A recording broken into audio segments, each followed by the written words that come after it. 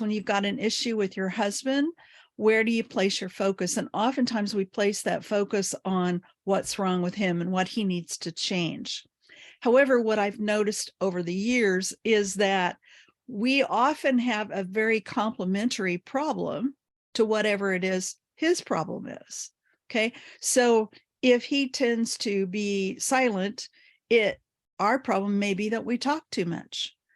Whatever it is, we need to figure out how we can be more brave, more confident, and full of wisdom in our own lives. So changing that focus from what's wrong with him to what could I be working on? What are the issues that I need to improve about who I am?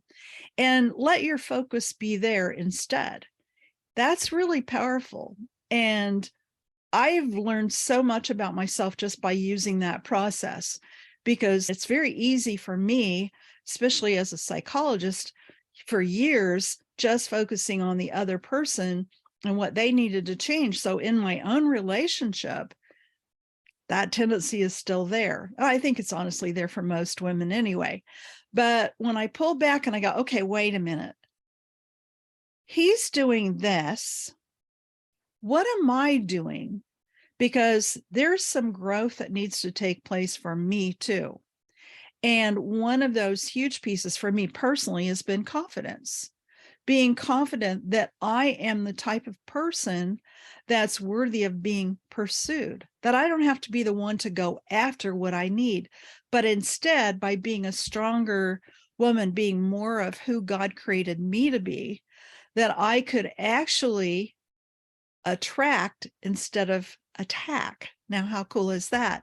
You know, if I'm growing and I'm being who God created me to be more and more, I'm more kind, I'm more gentle, I'm more peaceful, I'm more joyful, I'm more real, not just with all the good stuff, but when I talk about the things that bother me, I can be honest. I don't have to be dramatic or manipulative. I can just be relaxed and be confident in who God created me to be, and be confident in my own process.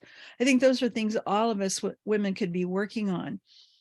The deal is, if you focus on telling God what needs to be fixed about your husband, you miss this whole opportunity to improve yourself.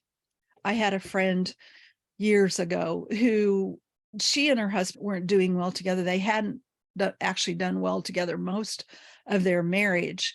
And she was constantly praying for him to change.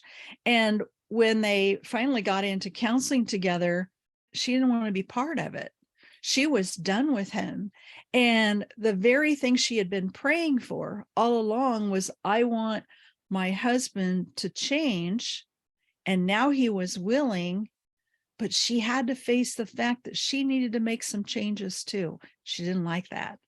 She was stuck in a mindset of, it's not my problem. Another couple, she was so convinced that her husband was the only one with a problem that she refused to do any of the exercises that I had for them to do. I had workbooks and things I was taking them through, but she reasoned I wouldn't do what I do if he wasn't doing what he's doing. So there was no sense of personal responsibility for her own personal growth. As far as she was concerned, she was perfect. You know, it doesn't work that way.